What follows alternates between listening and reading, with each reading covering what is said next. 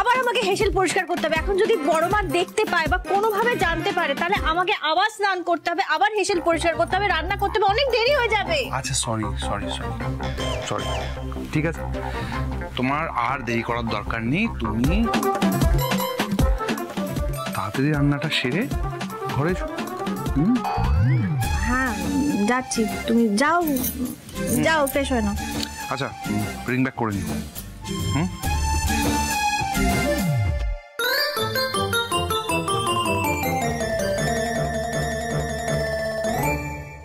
বৌদি তুমি তো সাক্ষাৎ ম্যাজিশিয়ান। তুমি কিভাবে সবকিছু ম্যানেজ করলে আমি তো ভাবতেই পারছি না। হয়েছে, এবার আমি যাই। এটা ধরো, আমি পরে মাকে ফোন করব, ঠিক আছে? আমি রান্নাটা শেষ করি। বৌদি একটা কথা বলছি কি, এটা না বলে পারছি না, তোমার আর দাদার কেমিস্ট্রিটা কিন্তু দারুণ, পুরো মনে হয় সেই শাহরুখ আর গৌরী। ঋষি, আমি তোমার ওই বৌদিকে আর টলারেট করতে পারছি না। আমি মহিলার সঙ্গে আর একই ছাদের তলায় থাকতে পারছি না, অনেকগুলো বছর হয়ে গেল। আগে তো অ্যাটলিস্ট ও মুখটা বন্ধ রাখতো, কিন্তু এখন কথায় কথায় প্রতিবাদ করে। আমি আর নিতে পারছি না okay. It's okay my baby, cool down. শোনো না, আমার মাথায় একটা আইডিয়া আছে। আমার অনেকদিন ধরে অ্যাকচুয়ালি আইডিয়াটা মাথায় ঘুরছে। সেটা হলো গিয়ে, হাউ অ্যাবাউট আমরা যদি নিউ টাউনের দিকে একটা ফ্ল্যাট নিয়ে শিফট করে যাই? হচ্ছে নিউ টাউন কি বলছি বৌদি, আর কতক্ষণ? একটু তাড়াতাড়ি করো, আবার কে কখন চলে আসবে। চুপ করবে তুমি? হ্যাঁ, 100 জনের পিঠে বানাচ্ছি, কম কথা নয়। হ্যাঁ, আর আমার কাছে ওই জাদুকাঠি নেই যে এরকম ঘোরাবো, ভুসভুস করবো আর তৈরি হয়ে যাবে পিঠে। হ্যাঁ, একটু সবুর করো। তুমি মুখে আঙুল দিয়ে পাহারা দাও দেখি। মানে তোমার ওই দাদার বৌদির জিম্মায় আমরা বাবাকে ছেড়ে এই বাড়ির থেকে চলে যাই, আর তারপর সিংহাসনটা সুন্দর করে হাতছাড়া হয়ে যাক? তুমি জানো তুমি কি বলছো? ঋষি, একটা কথা মাথায় ভালো করে ঢুকিয়ে নাও, এই পুরো সাম্রাজ্যটা না তুমি আর আমি বাবার পাশে দাঁড়িয়ে তৈরি করেছি। এই সবকিছু শুধু তোমার আর ছলমলের। এটার মধ্যে আমি আর কাউকে ভাগ বসাতে দেব না। শোনো, রাইমার তো কোনো বাচ্চা টাচ্চা নেই, আর হবে বলে আমার মনে হয় না। আর রশনিকে তো বাবা এত বড় লোক বাড়িতে বিয়ে দেবে যে আমার মনে হয় না ও এখানে এসে কিছু ক্লেম করবে। রইল বাকি তোমার ওই 3rd ক্লাস দাদা আর তার হাবাতে বোন। ওই দুটোকে যদি কোনোভাবে বাড়ির থেকে সরানো যায়, ব্যাস, তাহলেই হব আমরা আমাদের প্ল্যানে সাকসেসফুল। বাবার সিংহাসন থাকবে শুধুমাত্র তোমার, শুধু তোমার।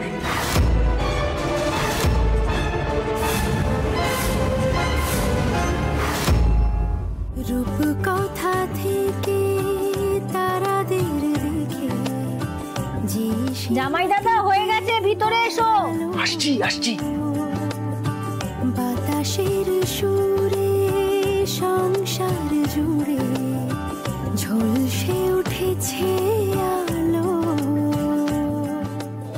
বাবা, করেছো কি বৌদি? কিন্তু দারুণ দেখতে হয়েছে পিঠেগুলো। আরে বাবা, শুধু দেখতে কি মিষ্টি সুবাস বেরিয়েছে।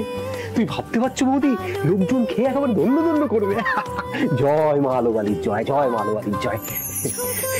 শুধু কি পিঠে বানিয়েছি, সাথে সাথে বড় মা রান্নাটাও করতে হয়েছে, নইলে খুব বিপদে পড়তাম, বুঝলে? বলছো কি বৌদি, 100 জনের পিঠে বানিয়ে আবার তুমি বড় মা রান্না করেছো? কি হাত দিও না, কেন ছো বলো তো? বড় মা রান্না তুমি কি জানো না? না জানি, কিন্তু তুমি যা করেছো এ তো সত্যি আক্ষরিক অর্থে তুমি একেবারে দশভুজা।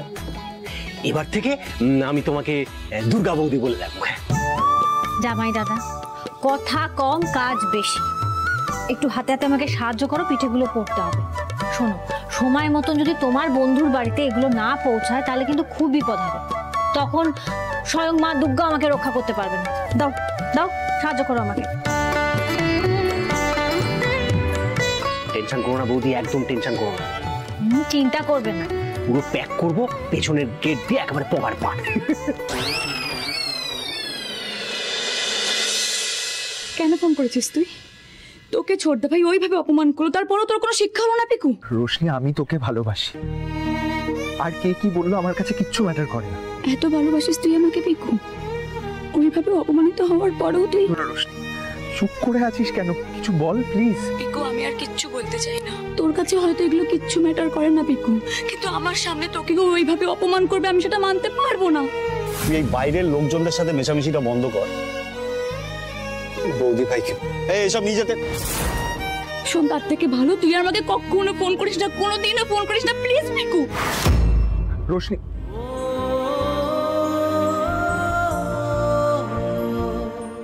আমি জানি রোশনি, তুই যাই বলিস না কেন তুইও আমায় ছাড়া থাকতে পারবি না, আর আজকে আমি তোর সাথে দেখা করবই। হ্যাঁ মা, সব কাজ সারা হয়ে গেছে। হ্যাঁ, এবার আমি ওই রেডি হব পার্টির জন্য। হ্যাঁ হ্যাঁ হ্যাঁ মা, তুমি আমার সাথে অনেকক্ষণ ধরে কথা বলছো, তোমার শরীর ভালো নেই, এবার একটু বিশ্রাম করো, পরে কথা বলবো। আচ্ছা ঠিক আছে, আমি ফাঁকা হই, আমি ঠিক সময় মতন তোমাকে ফোন করব, কথা বলবো, কেমন?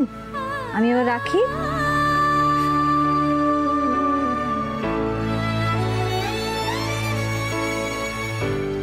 এতগুলো পিঠে বানালাম, এরপর আবার সেজে গুজে নাকি পার্টিতে যেতে হবে। পাচ্ছি না, আমার ভালো লাগছে না। ওঠো, রেডি হও, তাড়াতাড়ি ওঠো, দেরি হয়ে যাবে নালে। শোনো না, আমার না ইচ্ছে করছে না পার্টিতে যেতে। কেন? দেখো, মায়ের শরীরটা ভালো নেই, আর আমি সেজে গুজে পার্টিতে যাব।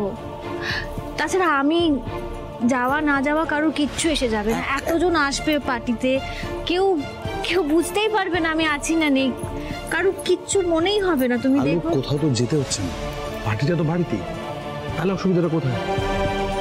আমার ইচ্ছে নেই, আমি না গেলে দেখো না কেউ খেয়াল করবে না, আমি তোমায় বলছি। কেউ খেয়াল করবে না তো? উঠো,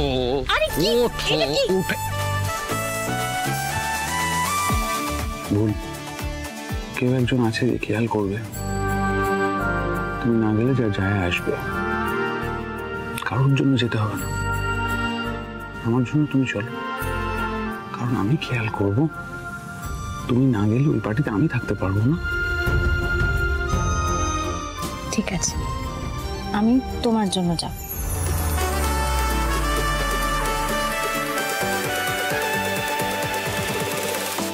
এই নাহলে আমার বউ। এক মিনিট দাঁড়িয়ে থাকবে, নড়বে না, দাঁড়িয়ে থাকবে। খুল যা সিমসিম। এটা কি হচ্ছে? হ্যাঁ, গেল গেল রে। আচ্ছা, এটা কি করছো তুমি? শাড়িগুলো এখানে এনে ফেলে দিলে ধপ করে, এগুলো তো আবার আমাকেই গোছাতে হবে। তুমি কি করো না, আমার মাঝে মাঝে ভালো লাগে না তো। একটা দিন যদি আমি তোমার শাড়ি পছন্দ করি, তুমি সেটা পরতে পারো না? একটা দিন যে শাড়িটা আমি পছন্দ করলাম সেইটা পরে তুমি পার্টিতে গেলে, কি যে করো না তুমি মাঝে মাঝে। আচ্ছা ঠিক আছে, তুমি তোমার পছন্দ মতন শাড়ি আমাকে দাও, আমি পরবো।